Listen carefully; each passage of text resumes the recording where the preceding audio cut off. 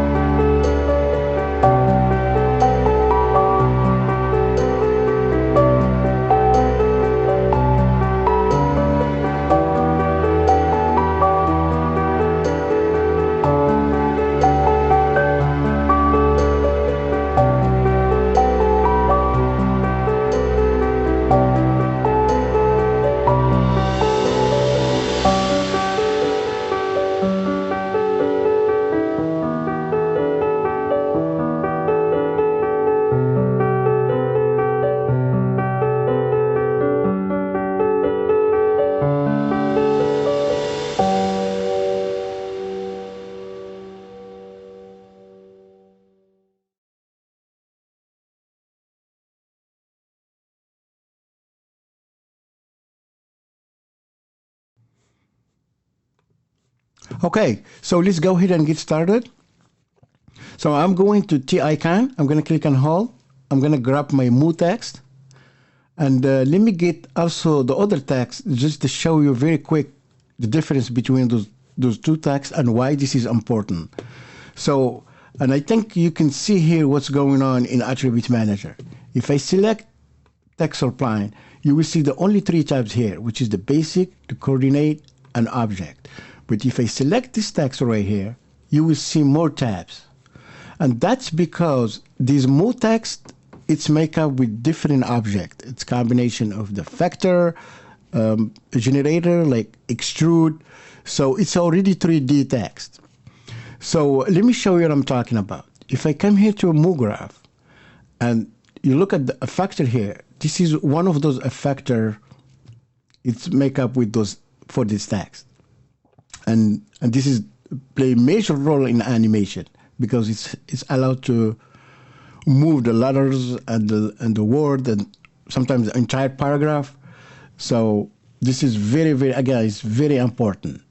And also you can get one of those generator like Fracture and Voronoi Fracture. So when it comes to the animation, probably this is the best option you want to use to animate the text. Okay?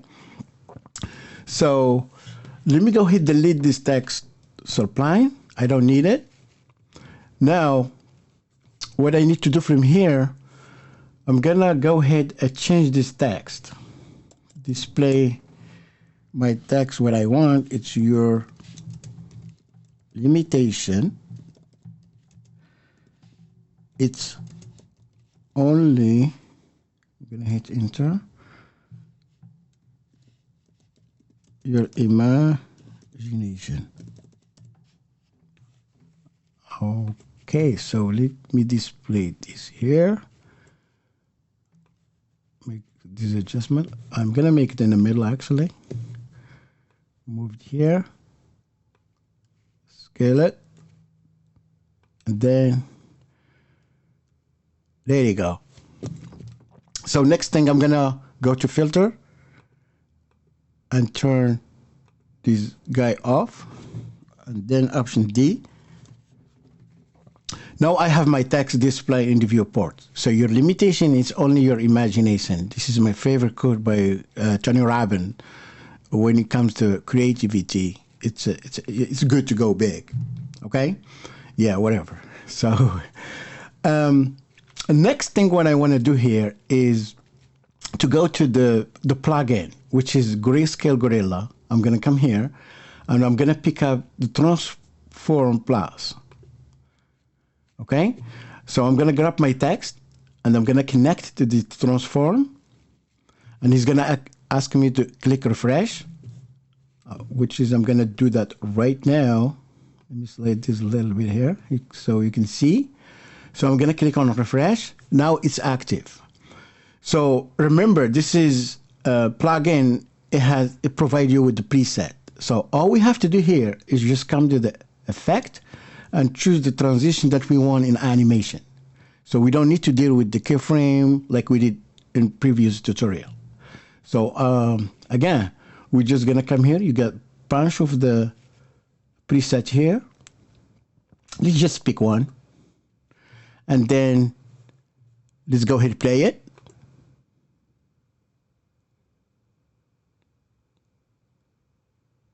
You see that? It's not too bad actually, but it's not my favor. I'm gonna stop that for a minute.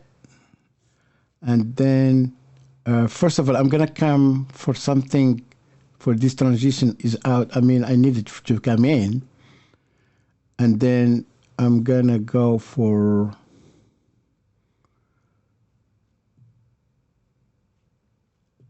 which one I need here.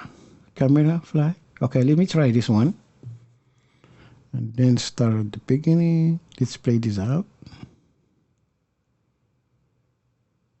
That's not too bad.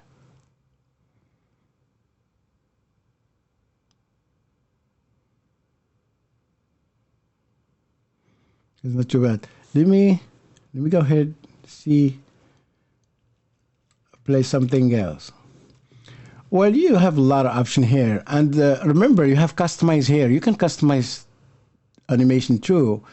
If you see something that you don't like or you have something in your mind, you can always come back here and customize it. But my favorite one for the text coming in, I think it's this one right here. Let me try this. Yeah, that's the one I want. I like it when it comes from this direction. And remember, let me stop this for a minute. Remember those X parameter right here? This is help you to define the center point and which is the character, which is the direction coming in. So basically here, it's minus X. If I go to plus X here, it's gonna come from this direction right here, which is the plus. X parameter is the blue one, which is the plus. So let me play this and it's gonna make sense. There you go. Okay, so again, just you can change those parameters right here, and you can choose which direction they are coming in. So here the movement. Right now I'm gonna keep it on 90 because when I'm gonna go into render it, I'm gonna change this 90 to something like 240, for example, or 360. This is the only is gonna give me 3 seconds for 90 frame. And remember, if you go here to mode, I'm going to go to text, and I'm going to go to mode. I'm going to go to project, and remember that the time here, if you click on the time, this is what I want to show you is the standard for this project. It's frame per second, which is 30 per second. Right now, it's 30 frames per second. What it means is the 90 frame, it's going to be 3 second long video once we render this animation. Okay? But I'm going to keep it to 90 right now just to show you it's going to play very quick. And if I change it, it's going to take a long time to play. So we don't want that. Okay? So next thing what I want to do here is to go to my text and go back to, I'm going to change the font actually. I need something, let's take these guys right here, see what happens. Because I need something to show you about the bubble. Once we go to those 2 tabs here, we're going to work with those 2 tabs here for the next steps. All right, so next steps, it's going to be the adding material with a selection tab. So with that being said, I'm going to need some material here. I'm going to go to the material manager, create the first one. Let me see. I'm going to keep it white. And then I'm going to create the second one. I'm going to need 3 material here. So let me get some grid in here. Mango. And then last one, I'm going to choose it as green as well. At this time, green. It's good to go green, right? So now I have 3 material here. Let me apply them very quick to this text. This is the first one. The next one. And the last one. I can close this. Now I have 3 material here ready to go. If you can see here in Object Manager, 3 material here. So, these steps, we're going to be focusing on these 2 tabs right here, which is the caps and selection.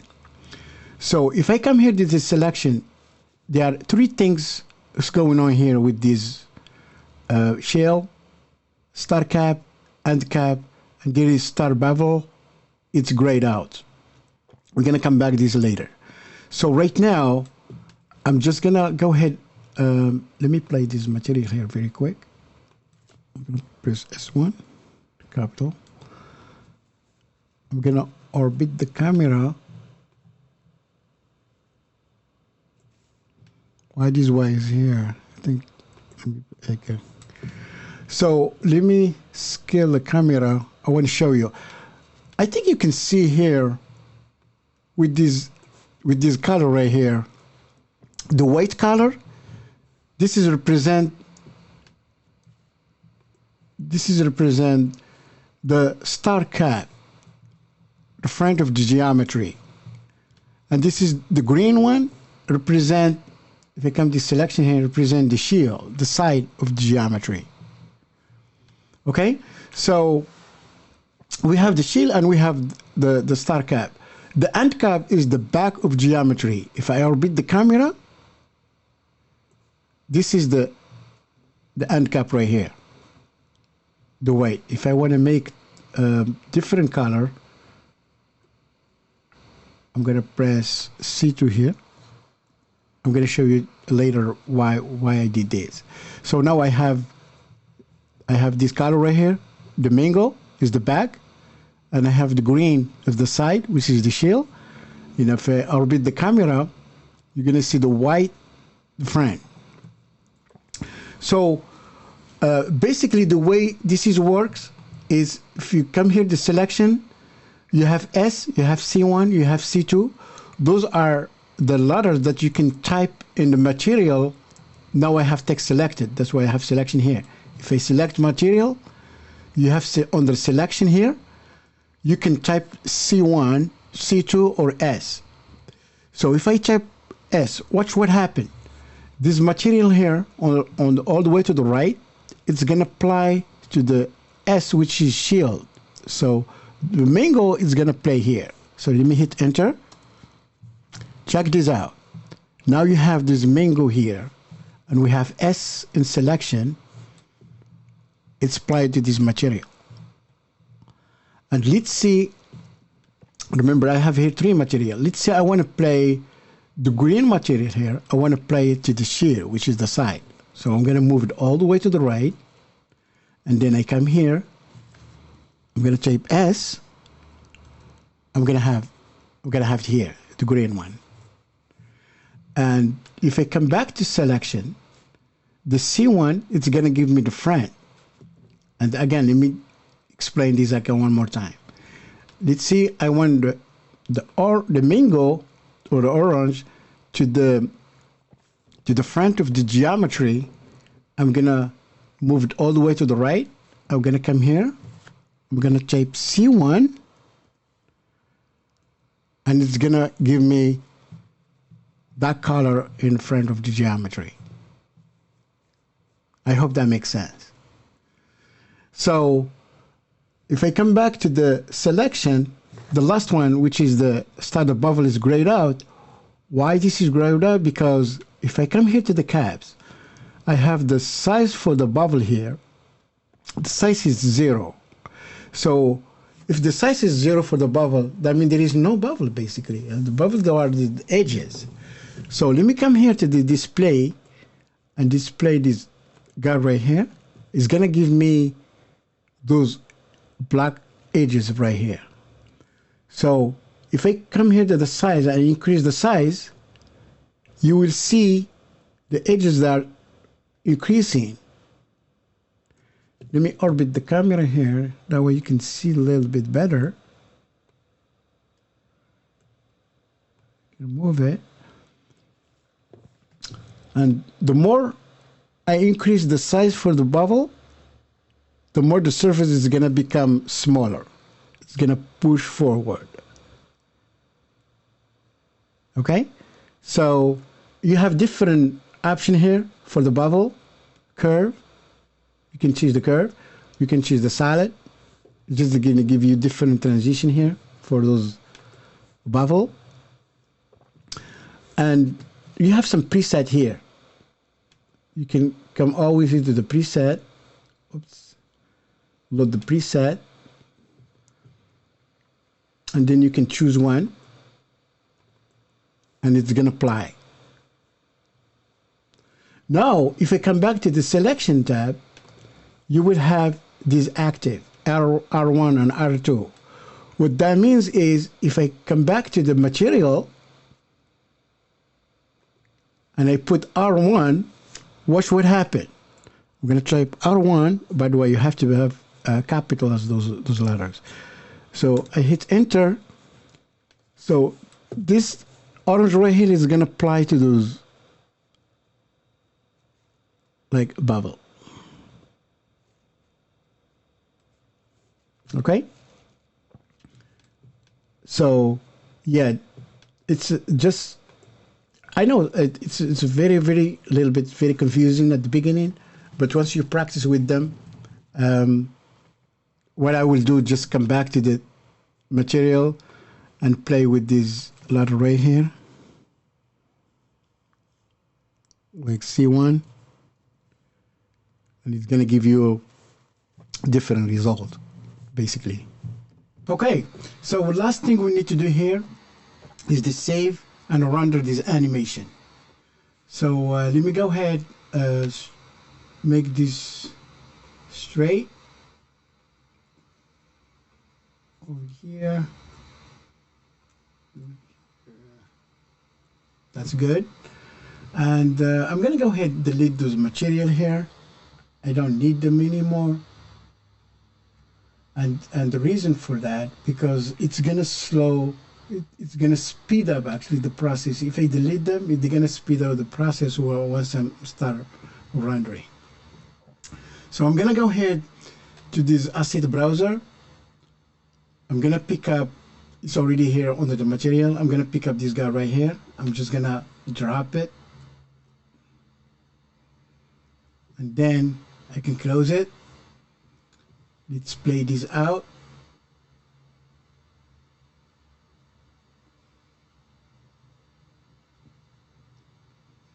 Okay, so now what I need to do is to go to edit rendering setting right here. I need to make some changes here. So the first thing first, you want to make sure you are in output tab. For the preset, I'm gonna pick up 1280, 70. That's fine for the pixel. Just they give you the resolution here for the screen. But if you want different resolution, you can, like 4K, 2K, you can come here and pick up one. Okay. I'm just gonna keep the default. So the only change I'm gonna change here is from this frame here. I'm gonna make 0 all the way to 90. And you have to be careful here because you want to render the whole thing from frame 0 to all the way to 90.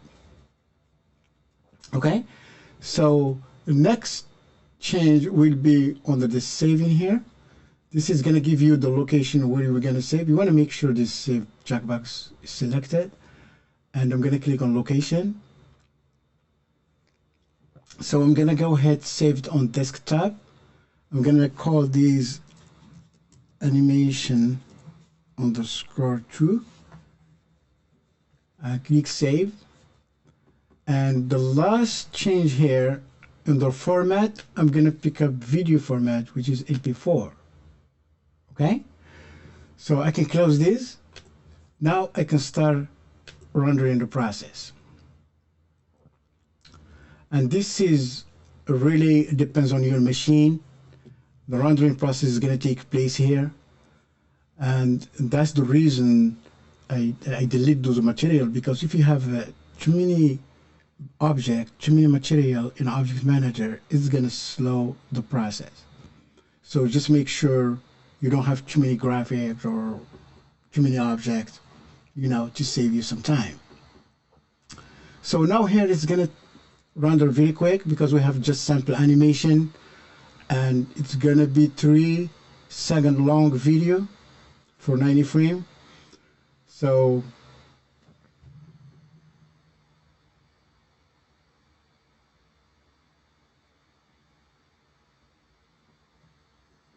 and also it's going to depend on a requirement for your hardware that you have in your machine. If you have a really a new machine, strong machine, the process is going to be very quick.